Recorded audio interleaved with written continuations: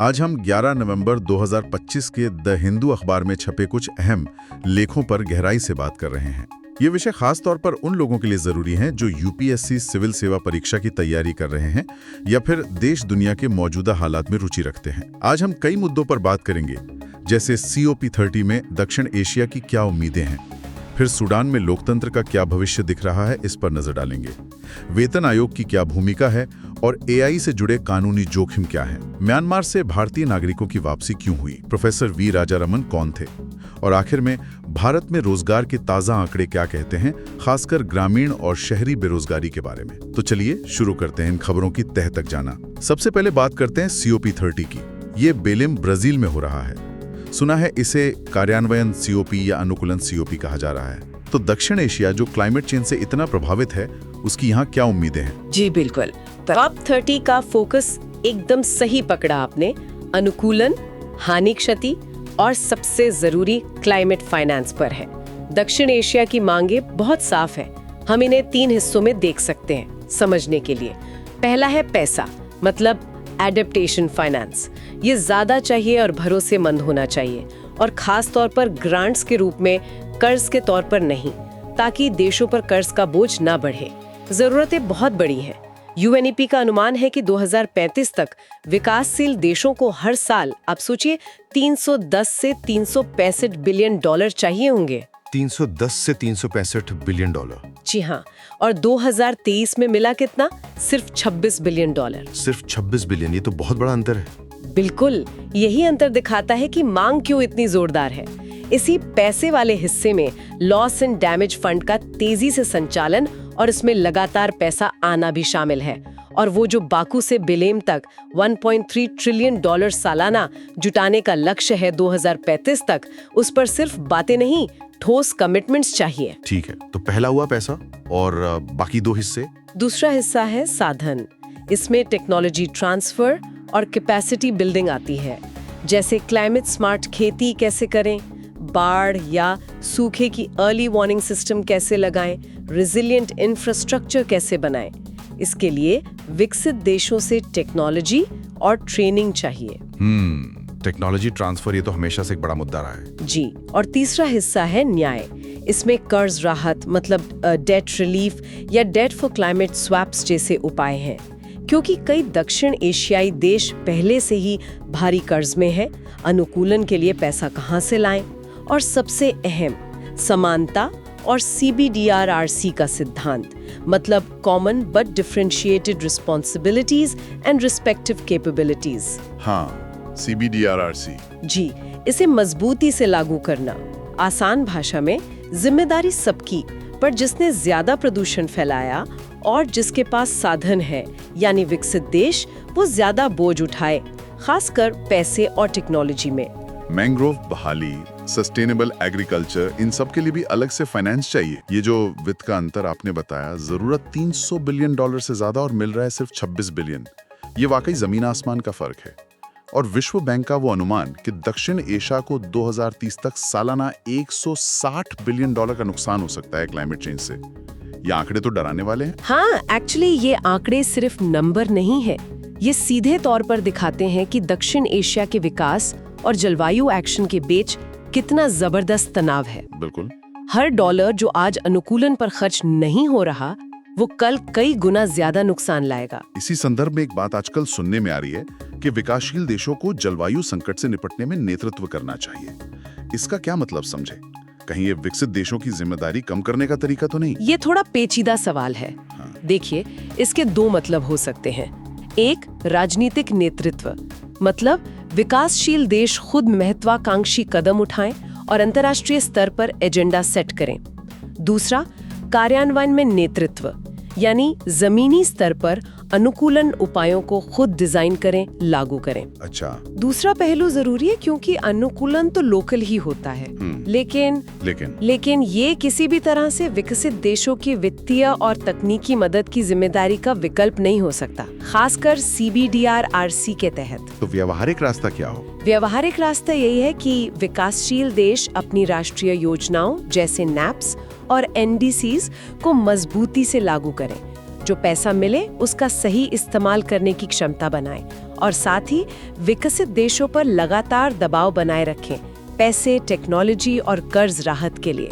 क्षेत्रीय सहयोग भी, हाँ, वो भी बहुत जरूरी है। ठीक है, जलवायु परिवर्तन की इस वैश्विक चुनौती से अब एक गंभीर क्षेत्रीय संकट की ओर बढ़ते हैं। सूडान।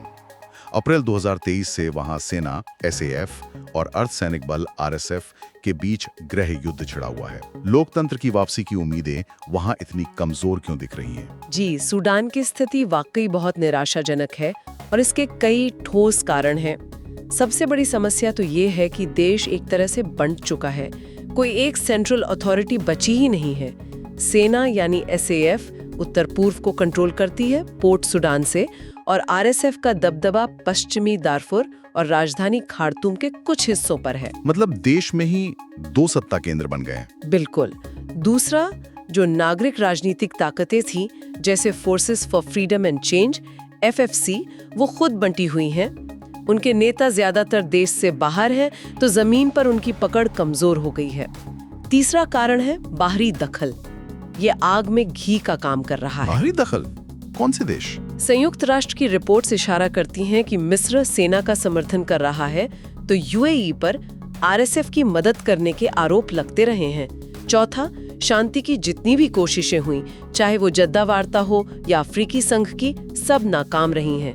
लगता है दोनों पक्ष सैन्य जीत ही चाहते हैं। और पांचवा, देश की संस्थाएं, अदालतें, सिविल सेवा वो पूरी तरह से ठप पड़ चुकी हैं। समझिए शासन का कोई ढांचा ही नहीं बचा है। ये तो सत्ता के संघर्ष की बात हुई, लेकिन आम लोगों पर इसका क्या असर पड़ रहा है?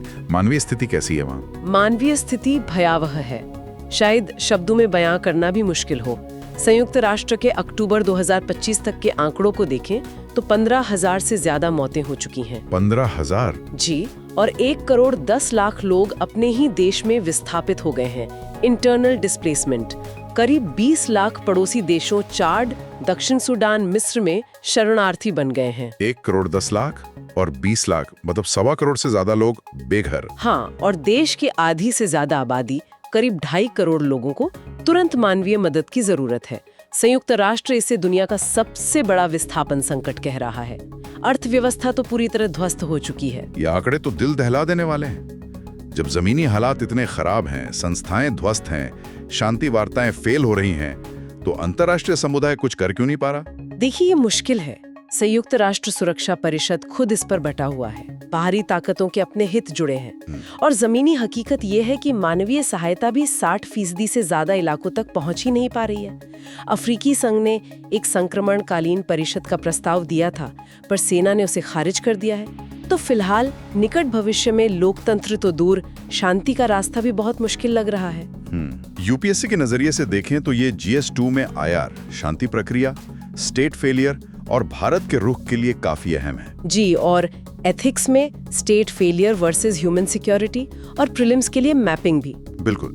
चलिए अब सूडान जैसे देश, जहां संस्थाएं चरमरा गई हैं, वहीं से भारत में सरकारी कामकाज और उसके आर्थिक प्रभाव से जुड़ी एक व्यवस्था पर आते हैं, वेतन आयोग। जरा इसके बारे में बताइए, ये क्या है, क्या काम करता है? वेतन आयोग, देखिए, केंद्र सरकार द्वारा बनाया गया एक सलाहकार निकाय है। अच्छा। Advisory body.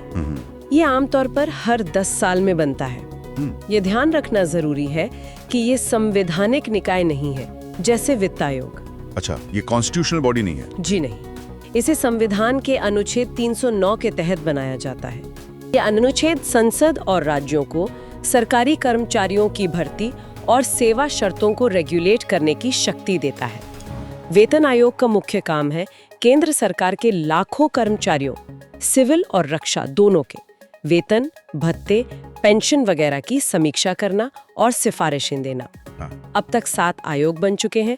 पहला 1946 में बना था और 7वां 2016 में जस्टिस AK माथुर की अध्यक्षता में। तो इसके काम सिर्फ सैलरी तय करना नहीं है? नहीं, दायरा काफी बड़ा है। ये मौजूदा वेतन ढांचे को देखता है, अलग अलग कैडर्स के बीच जो वेतन में असमानताएं होती हैं उन्हें कम करने की कोशिश करता है, भत्ते जैसे DA, HRA, TA इनके फॉर्मूले सुझाता है, पेंशन कैसे कैलकुलेट हो इस पर सिफारिश देता है, और एक बहुत महत्वपूर्ण काम है अपनी सिफारिशों का वित्तीय असर आंकना। वित्तीय असर मतलब बजट पर कितना बोझ पड़ेगा? हाँ, क्योंकि जब केंद्र सरकार वेतन बढ़ाती है तो असर सिर्फ केंद्र के बजट पर नहीं होता, ज्यादातर राज्य सरकारें भी इसे अपना लेती हैं, तो पूरे देश के सरकारी खजाने पर बड़ा असर पड़ता है। कभी-कभी आयोग प्रदर्शन आधारित इंसेंटिव या कामकाज में सुधार पर भी सलाह दे सकता है। अच्छा, तो इसका आर्थिक महत्व तो साफ है। 7वें वेतन आयोग का बोझ करीब 1 लाख करोड़ सालाना बताया गया था, लेकिन क्या इससे जुड़ी कुछ चुनौतियां या आलोचनाएं भी हैं? बिल्कुल है।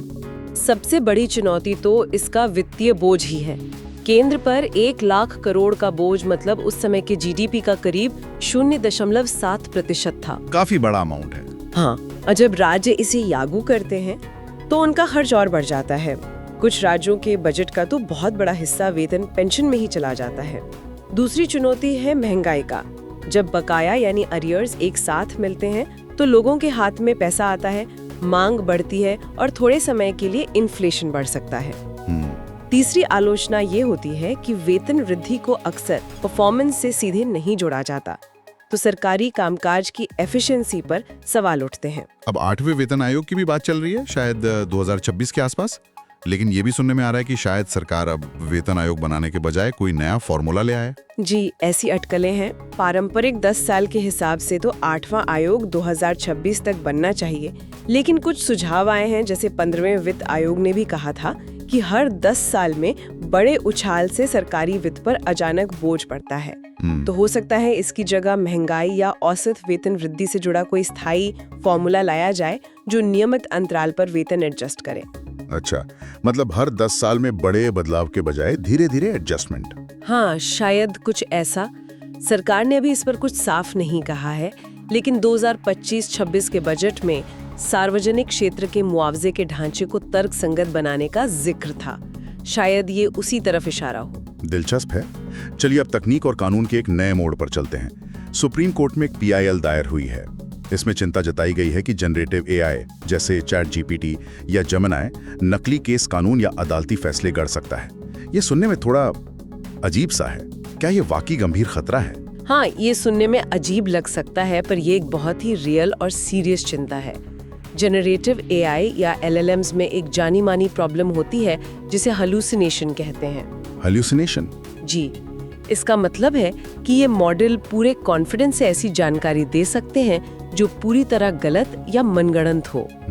कानूनी संदर्भ में ये AI नकली अदालती फैसले बना सकता है। जज का नाम, केस नंबर, पार्टियों के नाम, यहाँ तक कि फैसले का टेक्स्ट भी, सब नकली पर दिखने में बिल्कुल असली। अरे बाप रे, ऐसा हो चुका है कहीं? हाँ, अमेरिका में 2023 में हुआ था।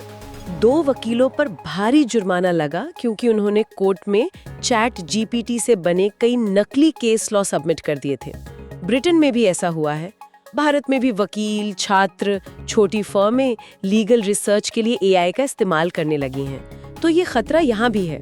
तो इस PIL में अदालत से क्या करने की मांग की गई है? इसे रोकेंगे कैसे?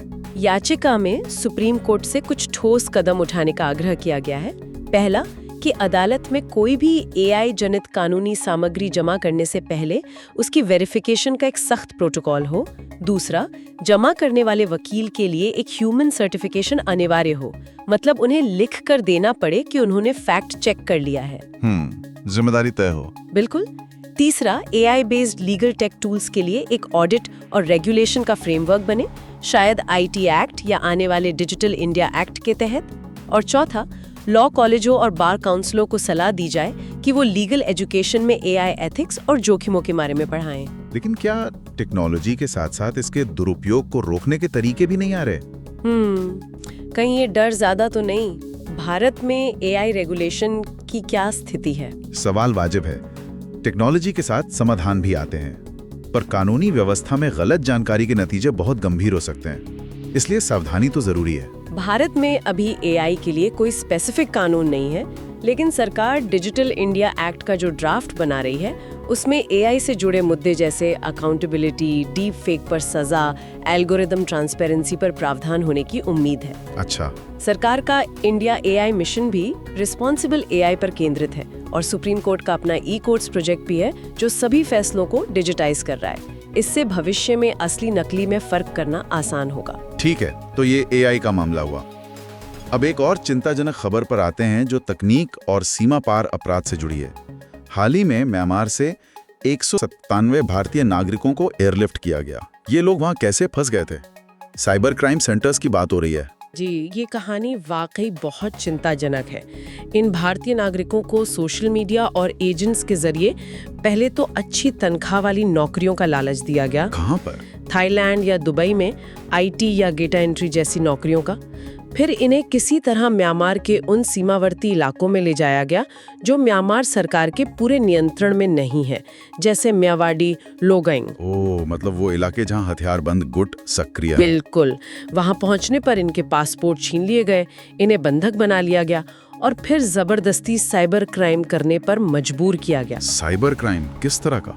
ऑनलाइन फ्रॉड, जैसे investment scam, love scam, crypto fraud, fishing वगैरह। और इनके निशाने पर अक्सर भारत और दूसरे देशों के लोग होते थे। 197 लोग, ये तो बहुत बड़ी संख्या है। क्या ये कोई छोटा मोटा गिरोह है या कोई बड़ा रैकेट है? नहीं, ये बिल्कुल छोटा मोटा मामला नहीं है। ये एक बहुत बड़ा, ऑर्गेनाइज्ड और कई देशों में फैला हुआ रैकेट है।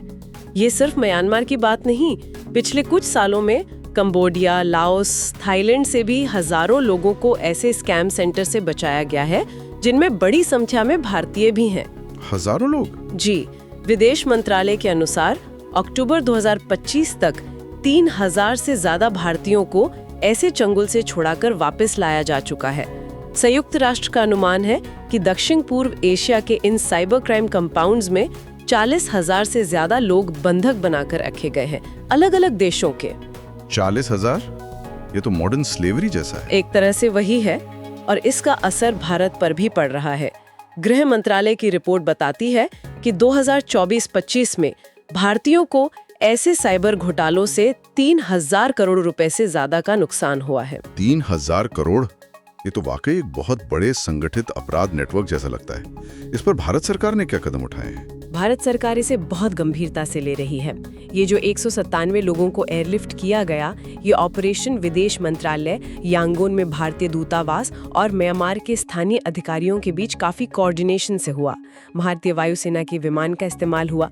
अब सरकार इंटरपोल और आसियान देशों के साथ मिलकर इन ह्यूमन ट्रैफिकिंग और साइबर क्राइम नेटवर्क्स को तोड़ने पर काम कर रही है।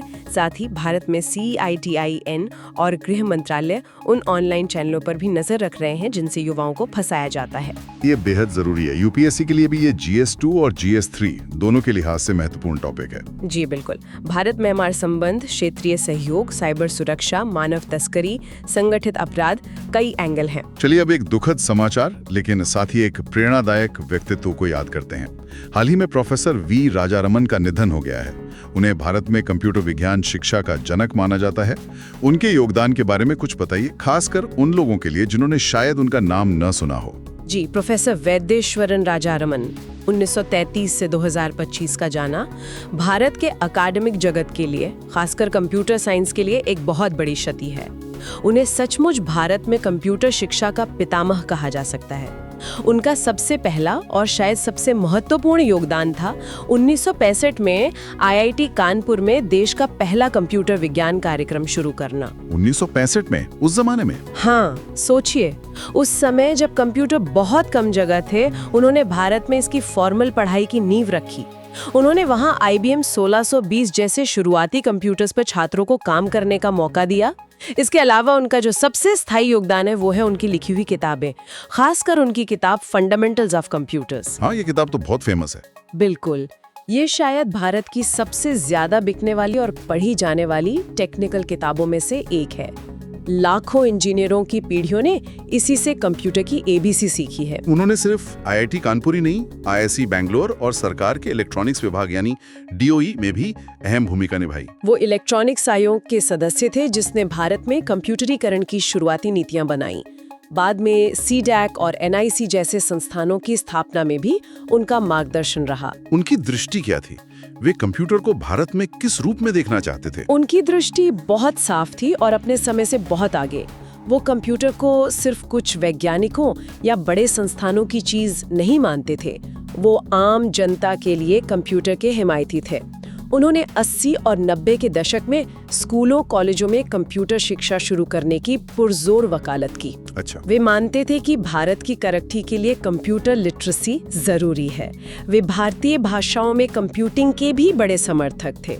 एक तरह से देखें तो भारत आज जो आईटी सुपर पावर बनने की राह पर है, उसकी नींव रखने वाले शुरुआती लोगों में प्रोफेसर राजा रमन का नाम सबसे ऊपर आता है। महान व्यक्तित्व थे। उन्हें पद्म भूषण और शांति स्वरूप भटनागर पुरस्कार भी मिला था। जी हाँ, 1998 में पद्म भूषण और 1976 में शांति स्वरूप भटनागर पुरस्कार। उनका जीवन और काम वाकई प्रेरणादायक है। और अब अंत में देश की अर्थव्यवस्था से जुड़े रोजगार के आंकड़ों पर एक नजर। जी, एनएसओ का नया PLFS सर्वे आया है 2024-25 के लिए। क्या कहते हैं इसके मुख्य निष्कर्ष? जी, ये आंकड़े जुलाई 2024 से जून 2025 की अवधि के हैं और 15 साल से ऊपर की उम्र के लोगों पर केंद्रित हैं। इसमें कुछ दिलचस्प और कह सकते हैं मिले जुले रुझान दिख रहे हैं। सबसे मुख्य बातें हैं, ग्रामीण बेरोजगारी दर UR घटी है। पिछले साल 3.3% थी, अब 2.7% रह गई है। अच्छा, गांव में बेरोजगारी कम हुई है। हाँ, लेकिन शहरी बेरोजगारी दर UR बढ़ी है। पिछले साल 6.1% थी, अब 6.8% हो गई है। ओह, तो शहरों में बेरोजगारी बढ़ गई। जी, और कुल मिलाकर अखिल भारतीय बेरोजगारी दर 4.3% है। Labour force participation rate LFPR यानी काम करने या काम ढूंढने वाले लोग, ये कुल 54.0% है और महिला LFPR में बढ़ोतरी हुई है। ये 32.5% पर पहुंच गई है, जो 2018 के बाद सबसे ज्यादा है। महिला LFPR बढ़ा, ये अच्छी खबर है। हाँ, लेकिन ये बढ़ोतरी ज्यादातर ग्रामीण महिलाओं की वजह से है, खासकर खेती और छोटे मोटे स्वरोजगार में। लेकिन ये बड़ा विरोधाभासी रुझान है। गांवों में बेरोजगारी कम और शहरों में ज्यादा। ऐसा क्यों हो रहा है? क्या कारण हो सकते हैं? हाँ, ये आंकड़ा पहली नजर में चौंकाता जरूर है।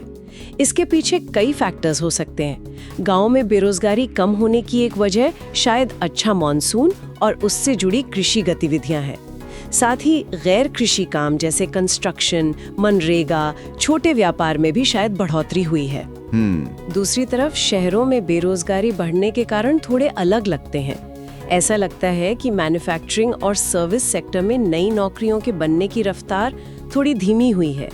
आईटी सेक्टर और स्टार्टअप्स में भी 2024-25 में थोड़ी सुस्ती या छटनी की खबरें थीं। अच्छा, मतलब फॉर्मल सेक्टर में थोड़ी सुस्ती। शायद गिग इकोनॉमी में भी शायद कमाई कम होने या प्रतिस्पर्धा बढ़ने से कुछ दबाव बना है।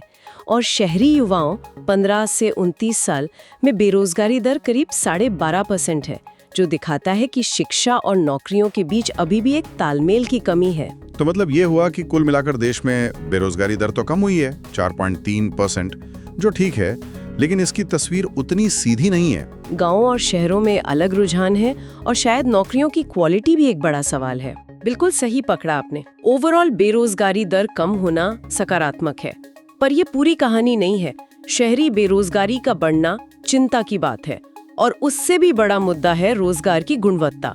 महिला LFPR बढ़ा है, पर यह बढ़ोतरी ज्यादातर ग्रामीण अनौपचारिक क्षेत्र में हुई है, जहां काम की सुरक्षा, वेतन, सामाजिक सुरक्षा अक्सर कम होती है। भारत का लगभग 80% वर्कफोर्स आज भी अनौपचारिक क्षेत्र में ही है। हाँ, ये बात तो है। जैसा कि ILO ने भी अपनी रिपोर्ट में कहा था, नौकरी की मात्रा नहीं बल्कि नौकरी की गुणवत्ता भारत की अगली बड़ी रोजगार चुनौती है। बिल्कुल। तो आज हमने द हिंदू के पन्नों से कई अहम और जटिल मुद्दों को समझने की कोशिश की।